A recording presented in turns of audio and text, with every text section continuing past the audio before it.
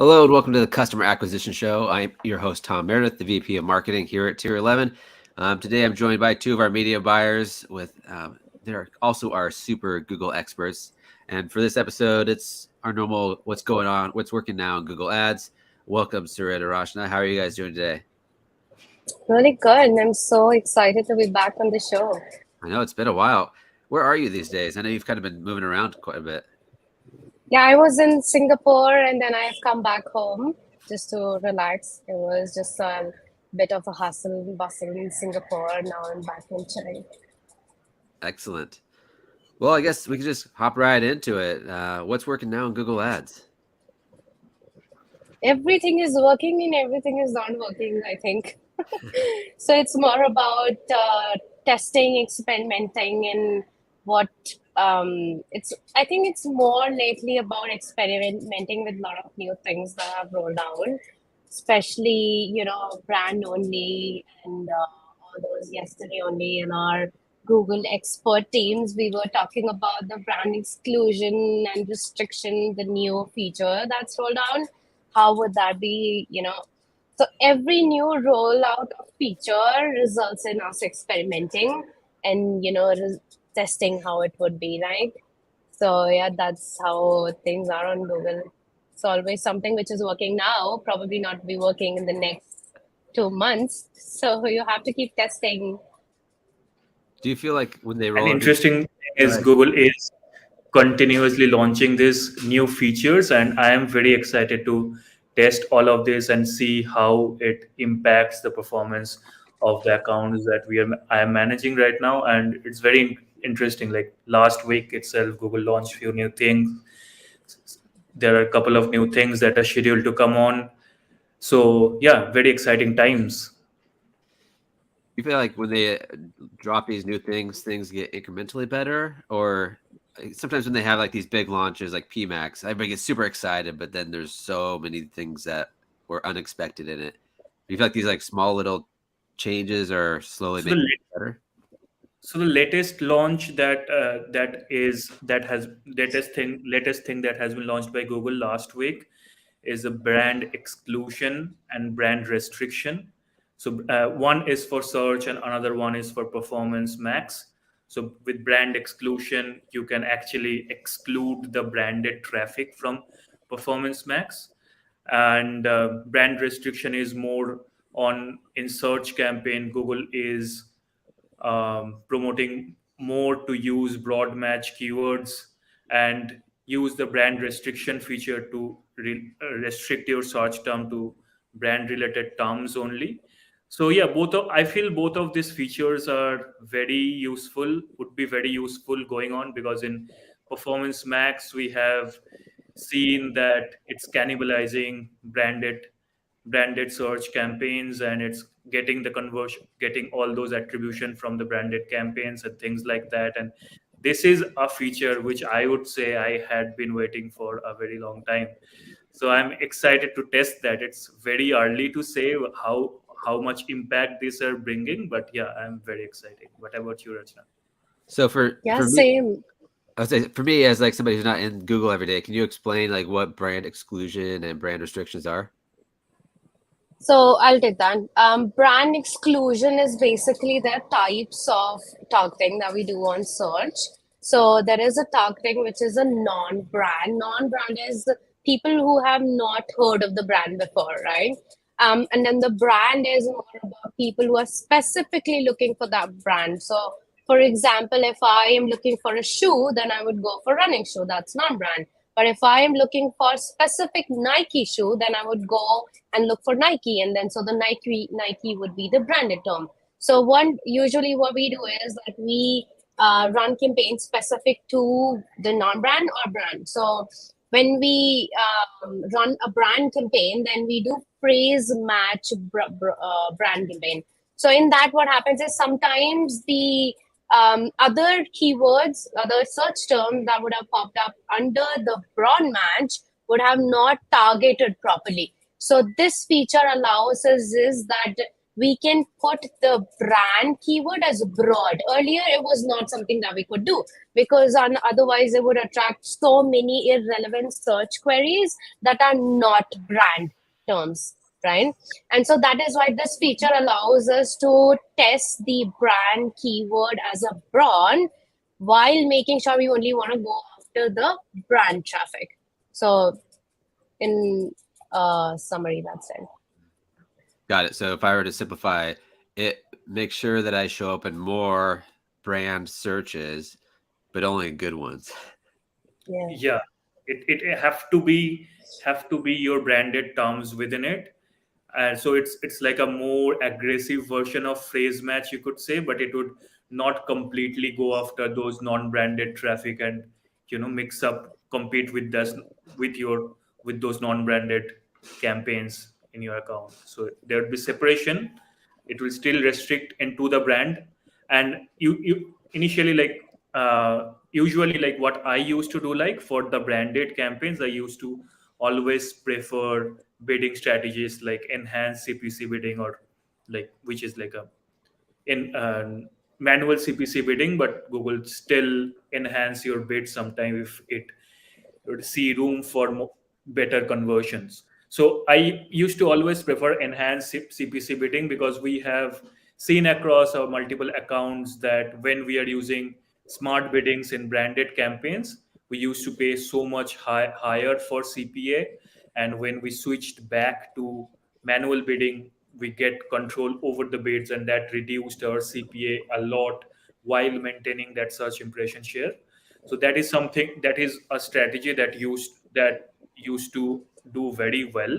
So now it would be very interesting to switch those branded campaign to broad match keyword, to go back into maximize conversions or target CPA even, and then you know add that brand restriction in place and see how much it outperforms that existing enhanced CPC campaign. That would be an interesting test that I'm looking at right now. Interesting. It's actually, something opposite of what we are used to do.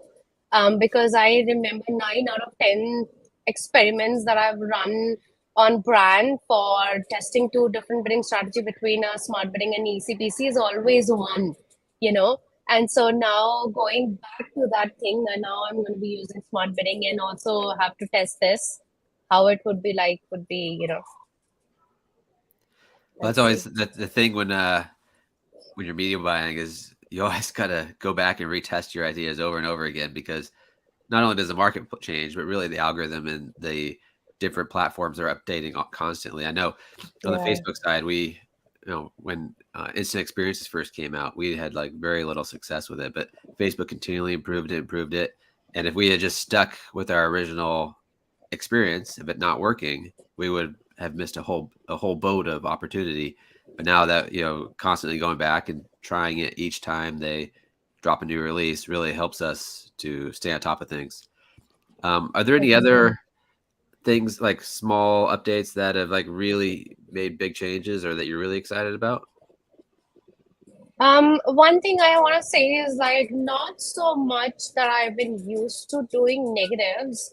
I don't even remember like when was this time when I was just constantly going to the ad account and putting in negative, which I used to do 2 years ago. It's not a thing anymore. So I remember this one time when the client was like, you have to put so many negatives in the. It's not a thing anymore now. It's because more about the intent, unless it's completely opposite, like you are selling oranges and the search term is popping up for Apple. So you can put Apple as a phrase and put it as negative. But negatives, I think, are not so much into use, and it's a good thing. That the AI is actually getting so much better in identifying the intent, and we as media buyers don't have to every day we have to go and filter out the negatives. So that's a good thing. Broad match is going to be the future, and also negative keywords are going to, I think, we have to say goodbye to them soon. You won't miss them? No. If the AI becomes so good at things, which is also scary, becomes good at what I do, some part of me can relax and chill, because it's more about the intent. And all these tools and the features that have popped up, like, the what Surit said, that the brand exclusion, restriction can only be used if your keywords are all broad. You can't use that feature if your keywords are phrase or exact. So it's also one way of Google pushing you to, change all of your keyword match type to broad. So yeah, that's clever Google. In fact, it makes me think like going ahead like 1 or 2 years later, maybe Google can completely switch all over to the broad match, and keyword match types would not be a thing anymore. Like, I mean, how things are looking like that. Like in non-branded search, like previously, like if you asked me 2 to 3 years back what match type to use, I would probably say you exact match or use always phrase match. You never use broad match.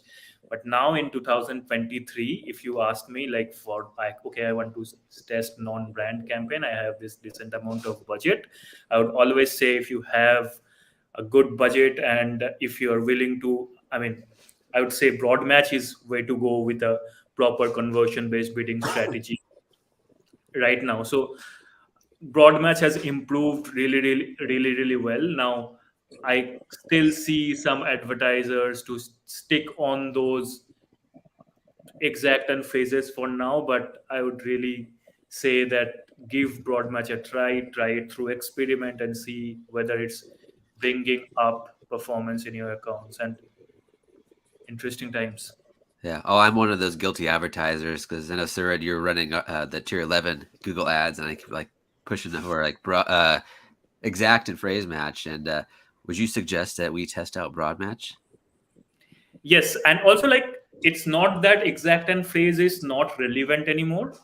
I mean, if you, I mean, sometimes like with in certain context where the market is highly competitive and the CPC is really high, exact and phrase match. If you really know your audience, if you really know your target customer, what they exactly are looking for, I mean, I would still say exact and phrase match is way to go. It's not.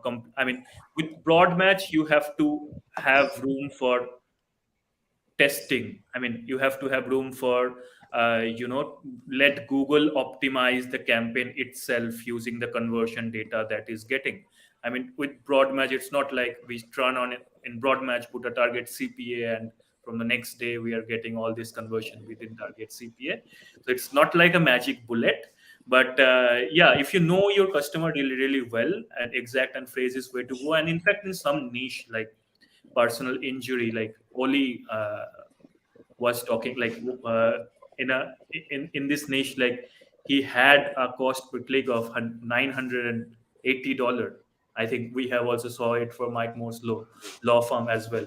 So for those highly competitive niche, I would still say exact and phrases are way to go, because on those niche, like if you just turn on broad match and give bunch of money, like Google gonna spend it in a minute. I would say. So yeah. It's like Russian roulette when it comes to, broad match. Sometimes Google is sitting on that other side and just gonna collect all the chips. So if broad match is working so well right now, and we have a campaign that's mostly set up for exact and phrase, how hard is it to switch it over? One more thing before Surya answers that is then the keyword match types are more now not exactly to that term. It's more now based on the intent. So how the intent will be matched with your keyword. So not the words anymore. So earlier it was what the words were like. So if you say that the exact match type, it's like how exactly should the intent be matched with the search term? Yeah.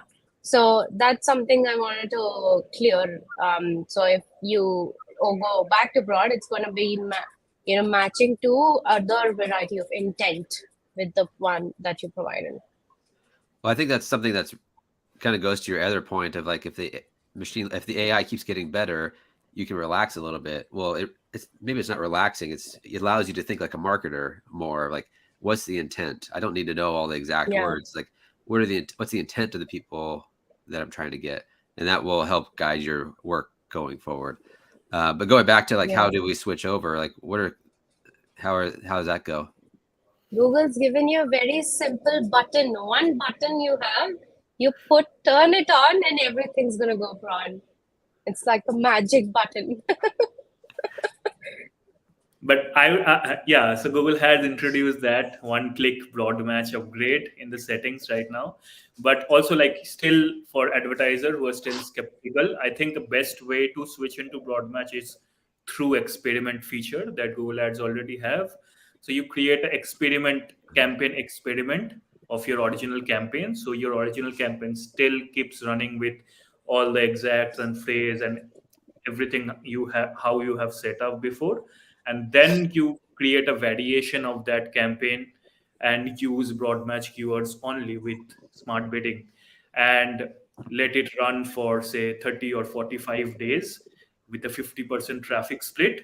So your total budget would still be the same, but 50% would go to your old campaign and 50% would go to your new broad match experiment. And after 30 days or after 45 days, if you see that broad match variation is really bringing in value, then I think it's best to switch over. I mean, sometimes it's not. I mean, sometimes it's not 100% that sometimes you create a variation and it would work. It would work in the first time. Sometimes you may have to adjust how you set up that broad match campaign, how you set up your CPA targets or ROAS targets.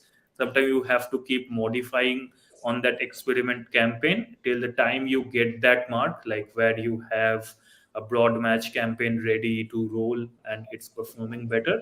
I think that would be the best time to switch. And in fact, with experiment feature, like there is functionality where you can just directly apply everything you did on the experiment on the original campaign. So yeah, I think that is the best way to transition. Okay, and let's do one more thing on broad match here. Nitesh has a comment that I was curious to what your thoughts were. He's suggesting we never use never use broad match on new accounts. Always start with low CPC and maximize click bid strategy, at least for a week or two. What's your take on that? So if your account is new and it does not have a conversion data, like you have created the account new, it does not have the conversion action recorded and it's completely new, I would not suggest you do broad match keywords.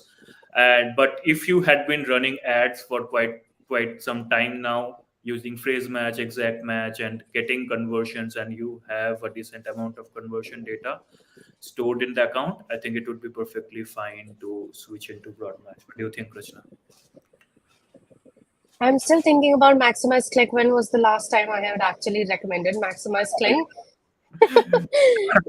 So whenever somebody says like there's a new account, I'm gonna do Maximize Click, and I'm like, Maximize Click is something that I would definitely not recommend.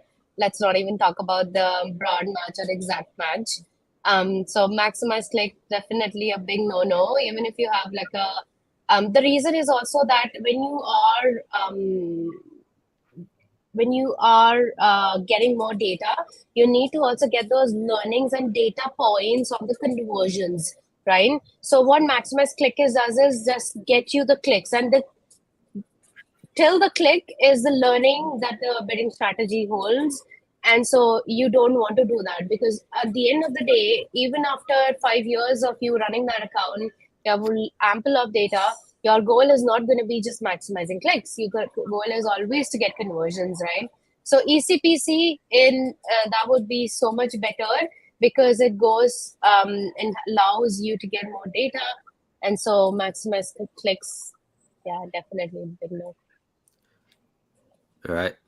And we have another question here from Moet. Curious to it if you guys know the answer. What happened with smart ads? Whenever we start, it's showing a location or areas in the search term report. Have you tried? Did you try, as we cannot add any match type in Smart Campaign? So I'll tell you one. Google deprecated that product and upgraded it to Performance Max, as much I am aware. And smart ads is something like which is used by local ads and not strategically. Like if you have a very small budget, you're an amateur, like don't know anything how Google Ads really works. You just tell them that this is my landing page. You don't have any access to the levers you can pull.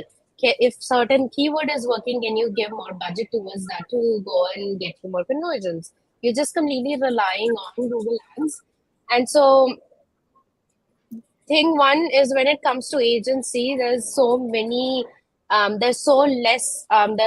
less number of agencies who's actually doing smart ads. The reason is always because they're so limited.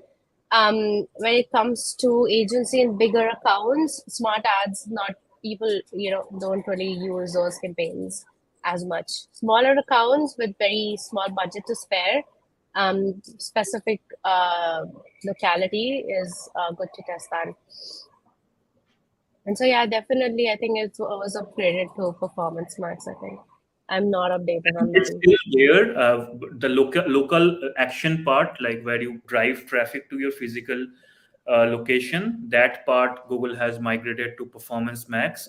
But if you are a beginner trying to run search ads, have a very small amount of budget and give it a try, then smart ads is a good solution for you. Like especially if you are a business owner, don't know the nitty gritty of Google Ads and don't really want to go into that and just want to see how Google Ads performs for your business, I think smart ads would be helpful for you. But yeah, like if you have a decent amount of budget and if you're serious about marketing itself, like then I don't think smart ad it's the answer. It still gives lot of levers into Google's hand, and you just specify your products and specify a few of the keywords that you have, and Google run the ads on their own. So that is something I would Yeah. not say.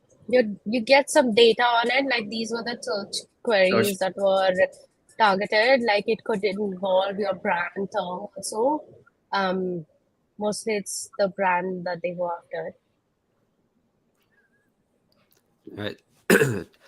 Talking a bit more about Performance Max, you were before we hopped on, we were talking a bit about like search theme. What's the search theme within Performance Max? Oh yeah, I think it happened today or yesterday. So when you are choosing your signals, you can now go and choose your search themes. So search themes would be just Google asking you what search category, like what search terms are your ideal customers putting in on search. So you just put that in and you can give that as a signal. So which is something new, which was not provided earlier. We had to create an audience, give all those search terms, and then create that audience and put it in. And now it's directly available on that audience signal tab. Got it. Anything else going on in Performance Max these days? So new thing that Performance Max, new feature that has Google has launched in Performance Max is the brand exclusion. So that is something that could help you prevent Performance Max going after your branded traffic and only focus on getting you new customers through non-branded search or other outbound sources. So that is something interesting add-on to Performance Max. And also I think it's been a month or two, I believe, Google now shows asset group level data in Performance Max, which is a great addition, I would say. Now we have the clear visibility, like which particular asset group type are working, and based on that we can optimize our assets or audience signals and modify our targeting. So Google is giving us more control over Performance Max, which was previously missing, so which is really interesting. Yeah. There's another feature which is rumored on LinkedIn is that you can now see where your ads were shown And just like how we see it on YouTube and display, now you can go and see where your ads were shown and all that similar to that before. It's just rumored, LinkedIn is always one step ahead of actually Google launching that feature. So I have to see if it's already there or not. And then one more speculation on search theme from, I think this is Anthony, our recurring commenter. Yeah. Do you agree that search theme is the first step in sunsetting and deprecating? Oh yeah, definitely. Absolutely, 100%. Yeah. I feel like, they're making so many disclosures. Like, I feel like I was just telling Daniel, like, have you seen that movie Don't Look Up? And there's Dr. Mindy and Divyasky on the live and is like, you believe me, this is gonna happen. I feel like that only. I'm telling you, keywords gonna go away. You have to believe me. And yeah, I'm that sure. I mean, the first step is Google which has already pushing us for, I think, last 1 year, is upgrading everything to broad match. Now, once we get accustomed with broad match, I think in search ads also Google will introduce the search theme, and which will be like broad match on steroids. Now, Google will decide where to show your ads, who to show your ads. It would give you certain controls like exclude your brand from a campaign and target brand from another campaign. But yeah, this is I believe this is where it's going. So I mean, Google, one more thing on to piggyback on Surat was just like, if Google can make your brand keyword broad, okay, this is something we would not usually do. Okay, it's already made us go broad on brand. Then what else is remaining? I mean, non-brand is already working really well with broad. Brand also is, I hopefully think is going to work well. Yes, and also like have you noticed like whenever Google launches a new products, they push it so much, and for us advertiser, it's really good to try those new feature and get those early benefits. Like even like when Google upgraded shopping ads to smart shopping, like things went crazy. Like there are a lot of results advertiser were getting. I mean, I still miss smart shopping though. Like it was so good. yeah. While we wait to see if Rashna can hop back on, there's another question that came in from Mod. Throw some light on Google ad account suspension issue. Accounts are getting suspended for circumventing and unacceptable business practices, even when you are running lead gen campaigns for real estate business. Have you seen much in the way of Google Ads account suspension? For our accounts, we have not like seen anything like that. But I can say if you are complied with the policies of the business vertical that you are running ads to, and you are not a serial policy violator, I think you should not worry about those. But specific niche which are like very policy sensitive, I would say you should be very careful around the policy violation at disapproval and things like that, and try to avoid those as much as you can.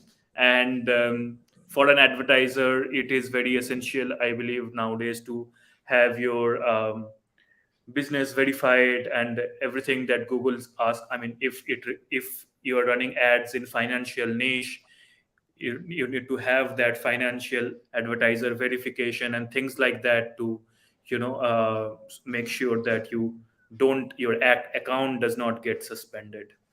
And also payment is another thing. Like you should not be having those payment related issue where your payment is due and your ad stopped running and had been happening multiple times. So you need to be careful. If you stay careful around the policy issues and payment related issues, I think you're good. All right. Yeah, I think Google actually got more stricter when it comes to the policy implementation. Recently, only I think I had read somewhere, and I would recommend that person who would ask the question and go and look for the last 1 month, I think, announcements on the Google page. And there was this article that I had read was like there are certain criterias which have become more stricter, and you have to really follow the policies, otherwise your account's going to get suspended. And I was hearing a lot on the LinkedIn also that a lot of people have gone through that.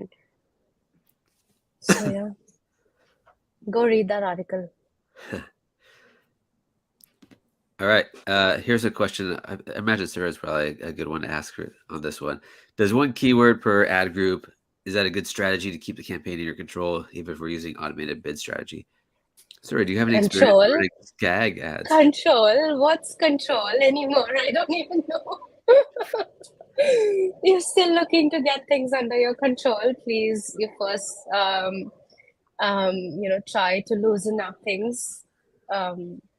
But yeah, go ahead, Soren.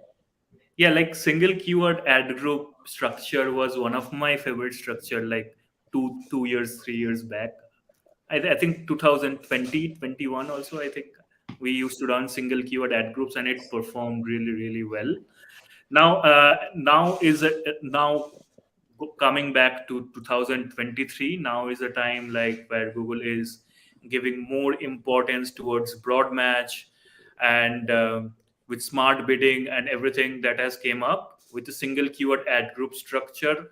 Oftentimes what we see is, since we're targeting exacts and phrase mostly in that structure, oftentimes we see we are paying a very, very high average CPC compared to how much we are paying for broad match. So that is one distinction. But also, I would not say it is completely dead. I'm still getting good results in some of this account using this structure, and I did some experiment in some of my accounts where the client was running a single keyword ad group structure before, and I transitioned in and tried tried new experiment using broad match. So now I did that in two campaign. One campaign had a budget of $1,500 a day, and another have a small budget of $200 a day. So what I see overall, like the campaign which had a large budget at like 1,500 a day, did really well with broad match keywords because it was getting more clicks and Google was getting more signal to optimize those broad match. But the campaign where I had small budget like 150 a day, that campaign is still doing much better with that previous single keyword ad group structure. So I would still say like it's completely not completely irrelevant still in 2023. You can try it if you know your target audience, if you know what you are doing, and if you have a limited budget. But if you have budget and if you want to expand and scale, I think broad match and this broad match structures are way to go, because these exact and phrases are not really scalable after some time. Got it. All right, so kind of go back to some speculation that we were talking about a little bit previous with keywords going away. And then something that Rashna, you had said as potential topic for today is like making your websites better. Do you see a point where Google doesn't care about keywords? You just give them the web page and it builds keywords based off of the web page? It's already happening. On Performance Max, it's becoming more like you give your a website and certain assets which are going to be created with your website. So you don't even have to give assets anymore, right? So of course the conversion tracking is going to be there and everything, but it's already happening, and these things are already rolled out. And so it comes to a point where you are not going to be you'll not really survive on the Google ads if you don't have a good website. So if you don't have a good website, Google would never know what your audience is. You do not have good assets to test. You'll be already so much behind. So irrespective of how much money you have to throw in there and test, but if you don't have a good website, you're already going to lose the game. And what's the this is getting a little bit like the thing that we're really excited about, SGE. Like, how important is the website going to be for that? And what is SGE? So SGE is basically search generative experience, which is where Google is moving forward with all the latest AI updates that we've been hearing on the Google search page. So when you go to the search page now, things have changed a lot. Like it's more about the AI is actually giving the responses, although it has always been like AI, but it's more like generative, interactive AI, which you can talk to and you can actually explain what you're looking at. So this changes in a way that we still don't know how it would look like, but we have this glimpse of what we are moving forward with. So now it's more like there is this above the fold of the page, there is this AI generated content where you have site links to where the content has been pulled. And that's where how the ads are going to get inserted into that, we still don't know. It's how it would look like. So earlier, what used to happen is there's this thing which we SEO, where your metadata gets pulled and you rank organically, and that's how you used to rank either first, second, or third. But now it's not the algorithm which is applicable on the generative responses, the AI responses. It's completely different. So what are those categories? And if your website is not ready to rank and go through that algorithm, then you are losing. Like you would really be on that AI response. So that brings me to the other thing is also like there is this priority placement. So we used to know there is these 4 ranks on the search, which used to come on the organic, above the organic, which we used to fight for. Now there is another placement, which is more of a priority placement, which is generated by the AI. And so if you have to rank there, then your website has to be pretty good, that your the AI can understand what you exactly sell. So that's why there's so many unanswered questions. And one thing that we definitely know is that Google is not gonna be something completely dismissing ads structure. That's definitely because that's the whole monetization for Google. But how it would actually look like, I have no idea still. I mean, I think it's probably the biggest ads change for Google. I mean, beyond even Performance Max, like this goes back to probably like YouTube even, where like a completely different way of advertising within their platforms. Yeah. So it's a new placement for sure. And in fact, Google has mentioned on the generative AI documentation that Google will start testing search ads and shopping ads within that placement. So it would be interesting to see how Google is incorporating the search ads and shopping ads within that real estate. And for advertiser, like how we can optimize our ads so that our ads show up in the generative AI experience is also another thing that I am looking forward to learning. But that's so contradictory, right? Like you're asking AI with your full faith that what's the best place to eat. But then this AI is already paid and has already been sold by the advertisers and comes with these suggestions like, oh, you can go here and you can go here. Yeah, this is something that I also need to see how it would look like. The test, I think, what sort of side would. Yeah, I've kind of been thinking about like the generative experience, and I think it's probably just the next step of like when you ask a question to Google, you immediately get that other questions with answers that are snippets from web pages. And I think it's really important that your own website answers customers' questions so that you can become part of that generative experience whether it's organic or paid. The paid question, like the paid part, to your point, Rashna, is like, how do you know when something is organic versus paid? Maybe the paid things are, if we're thinking about asking the place to eat, you're going to want a truthful response in the generative AI, but maybe there's like deals for, maybe it's just deal ads. Like, oh. Yeah. Absolutely. And what Google cares about most is the user experiences. like people who are actually using Google search results, like Google care most about how the experiment, how is their experience above the advertisers always. So I think Google will introduce some form of quality score like that we have in search ads right now, to determine whether which content is better suited for this generative AI experience, and us as an advertiser have to optimize our ads and landing page in such a way so that it qualifies. Definitely. And then I'm definitely going to be paying more, to be there. And then Anthony says, to Rasha's point, the game is going to be creative strategy and piping quality data back into the provider for the algos to optimize around it.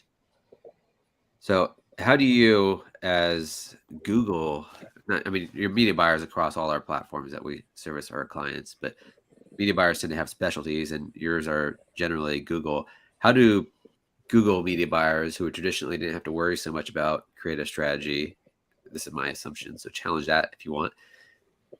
Performance Max is like starting to get a little bit more towards creative strategy, but SGE could be all creative strategy. How do you change your mindset along the way and adapt?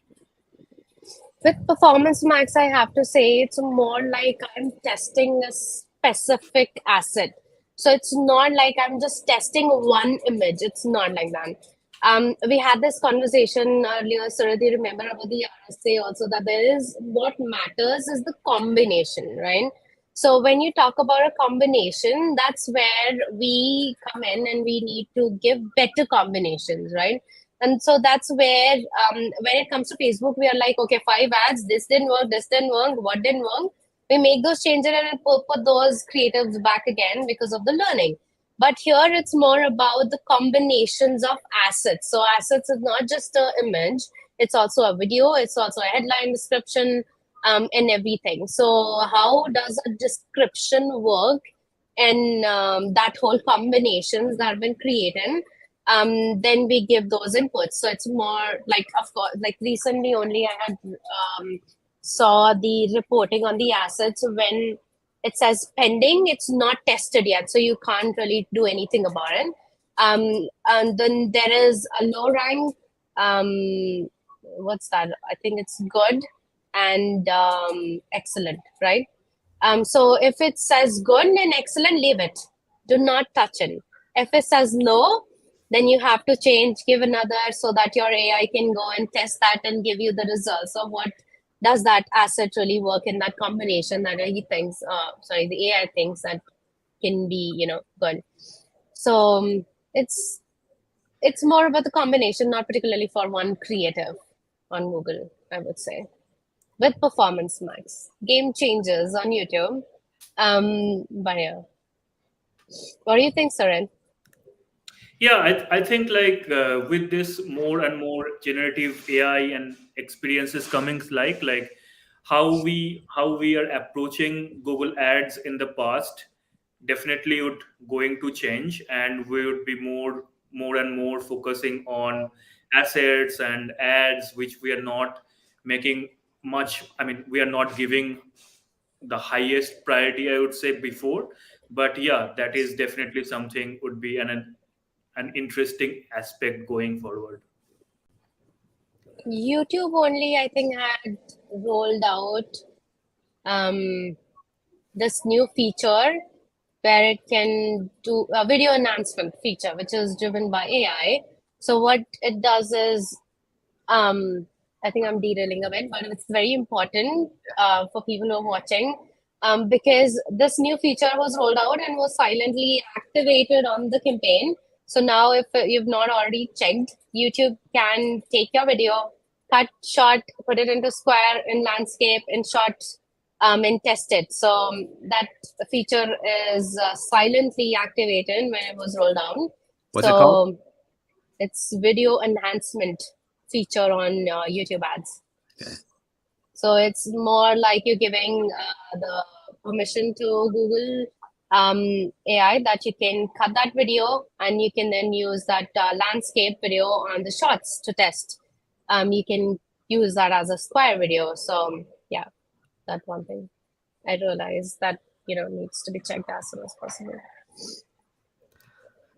And in fact, in search ads also, like I was seeing this new settings where you can enable automatically create asset and automate. I mean, there's an option where Google decide which landing page to send traffic on. Like earlier it was only Performance Max, but in search also Google now has introduced those. Now Google can create your search ads as they wish and send them to a landing page which they think best. So that is something, another option which is been rolled out in search ads as well. And this is similar to a question I have. Is dynamic search, are dynamic search ads really generating effective results now? And I guess the broader question is, like, I think back with Performance Max where they would create a video for you.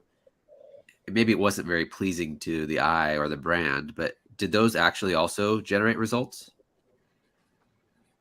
It's, I think, not broadly used. I wouldn't be the right person to say that they have not worked so well, because I've been that person who would rather put in very strategically made video and test that instead of me telling Google, okay, I'll test your video first and collect that data. So have you, Surit, tested those I have presentations not around quite those? extensively test those.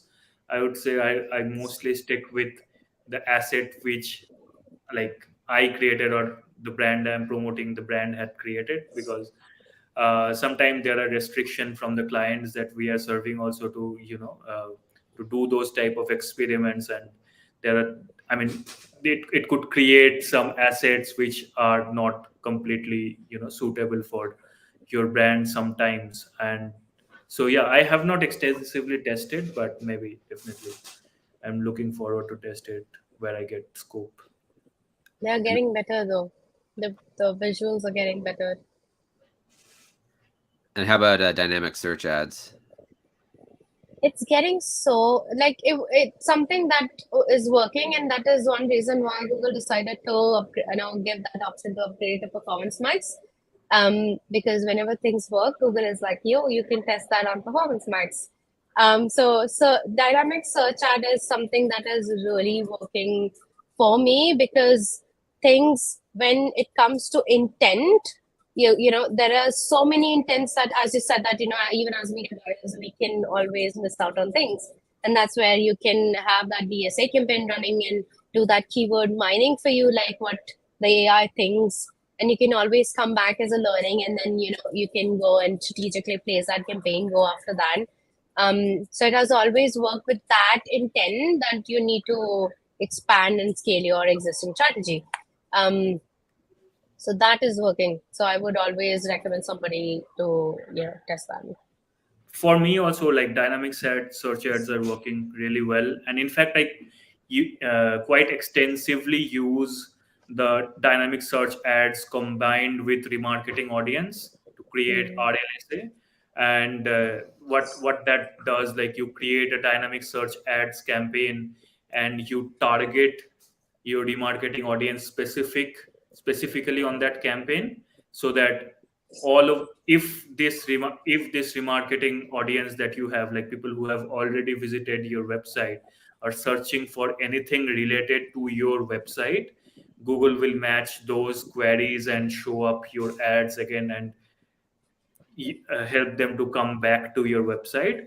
So that is something that is working really really well for me, and also have worked really well in the past as well. So yeah, and also Anthony, you are right. I also feel DSAs are going away soon, because you cannot create. I recently saw it. Like I was trying to create a DSA campaign, and in the campaign creation process, we could earlier there was option to either create standard or ad group or dynamic ad group. But when you're creating a new campaign, I saw that feature when going, I mean, I didn't saw that feature, and it was only the standard ad group. What I had to do, like first create the campaign, then create another new dynamic ad group after creating the campaign. But I'm also seeing like Google is also sending the recommendation is upgrading your DSA to Performance Max, which obviously tells Google will soon transfer it back to Performance Max. I mean, upgrade it to Performance Max. All right. Well, moving over to the data side of things, let's talk about GA3. Is it still alive? And if not, what do we need to do? So many things. First thing is that the countdown's already started. That until what time you'll have that report and that data, which is you collected years of data on UA. You need to store that. You need to make sure that whatever metrics which were going to be useful for you to reference back after the 1 year, you have that safely put in somewhere. And of course, if you were already optimizing your Google Ads on UA, which is something should have been already updated, but it's high time you go to GA4, upload those, import those conversion actions from GA4. And definitely one more thing is like enable the Google, what is that called, Suren? Signals, data collection signals on GA4. If you have not that enabled that, you'll be starting from an empty list. So yeah, make sure that that's already enabled. All right, so it's download your old data that you've collected for years through Universal Analytics. It's GA4, turn on the signals, and set up your conversion goals. Was there something else? Yeah, I mean, there's the top priorities. These are. Other than that, there are always going to be getting your conversion action also imported. Your audience is important. The reason one is for me, I am not really directly optimizing the Google Ads campaign on GA4 conversion actions still. I'm prioritizing GTM for that, but having a reference point side by side, then this transaction conversion action set up on GTM, which is a primary, is reporting me these many conversions, and the secondary, which is imported from GA4, is that comparison is always good to have. And then when the right time comes, you can always switch which one you want to put as primary. But having that reference point is very important, because I'm only hearing from every other media buyer that GA4 attribution is going to be very good. So, you have to have that smooth transition when you have to switch it from GTM to GA4. So that is something I would also recommend. Also, another important thing that I would like to add on top of what Rachna already mentioned. So in GA4, the reports are not, in Universal Analytics, what we used to see, there are a lot of pre-built reports, and there are so many pre-built reports, and which made our life a lot more easier. But things with GA4, it's completely customizable, and the possibility is endless. So what I would suggest, like all the reports that you are using in Universal Analytics, list those reports down, and if those are not pre-built in GA4, create those GA4 reports in GA4. That I think that is another essential step that you should follow, like while migrating for Universal Analytics to GA4. Great, thank you. And then about what's coming next with Google Ads. I know we talked about SGE quite a bit. I have my notes here, some maybe optimization options. What's coming down the pike there? The Google Marketing Live, they had announced like new days. One of them, which was that not just for new customer acquisition, you can have new goals, which are, first is that you have re-engagement goals. So what if you have repetitive customers, like your business relies on repetitive purchases from the existing audience, you can get them engaged. So that's the goal of the campaign. So that's going to be very interesting. The other one is the new customer life cycle goal, which is more about if you want the AI to optimize for high value customers. So that's more like if somebody purchases $100,000, that's a high value customer. You can ask Google that this is what I want to optimize for. So these are very interesting goals, like as advertisers, because the client doesn't care about the CPA. At the end of the day, it's more about the customer. How much money is been acquired from a customer, and that's what matters. So long awaited, finally here. Love it. Nice. And also, I think Google is launching few new campaign types.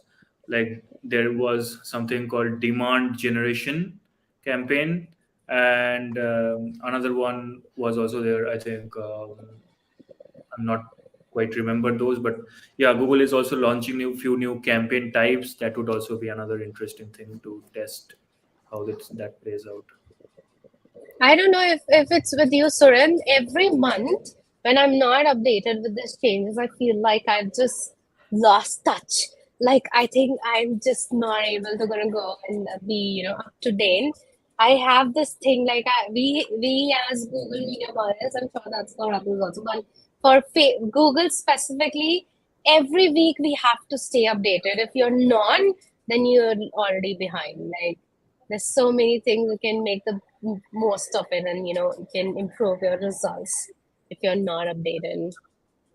Absolutely. And like Google constantly, like I follow this announcement section within Google Ads Help, and I keep seeing new features and announcements every week. Like right now, I'm seeing there is something Google has launched for Gen Z music lovers across formats and device.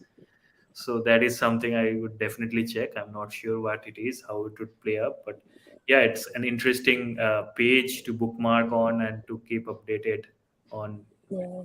announcement page in Google Ads Help. That's kind of the funny thing also with like all the AI stuff. I'm like super into all the generative AI, but it moves so fast, and like I always feel like I'm behind, but I'm probably way ahead of where a lot of people are. And it's just trying to always stay up there, see what's going to work within your current workflow, and the fundamentals don't really change for marketing. Like it's all the same, like marketing strategy, creative strategy. It's just how we implement them for our clients. Absolutely. Definitely. And then I see there's a new ads dashboard interface coming. Oh yeah, that's something is another change that is there. That is, we are still getting used to it, because after so many years of finding certain thing at a certain place, that disruption does happen. You have to get used to the dashboard. And by the end of this year, it's going to be rolled out to all the accounts. So be prepared. So you have to probably look for things in some corner of the interface. Excellent. Well, we're right about the hour mark. I don't see any further questions in our chat. Thanks everybody who provided questions. Those are great. Really got the conversation moving. Suren and Rachna, thank you very much for hopping on. And with the speed at which Google changes things, we have to be a little bit more regular on these. Like, Yeah. I don't even know what's Definitely. coming. Yeah, I don't even know what happened in the last 2 months. Well, thank you very much. Can change. Thanks, Tom. And have a good weekend. Awesome. Thank you, Tom. Thank you, Suren. Thanks, Rachna. If you are interested in working with Tier 11, head over to tier11.com. Not only do we offer Google, we offer the full suite of media buying across social and search channels. Head over to tier11.com, and there's a big pink button where you can apply to talk to our team. And if you liked or found this video helpful, please like and subscribe and share with your friends. Otherwise, until next time, I'm Tom Meredith.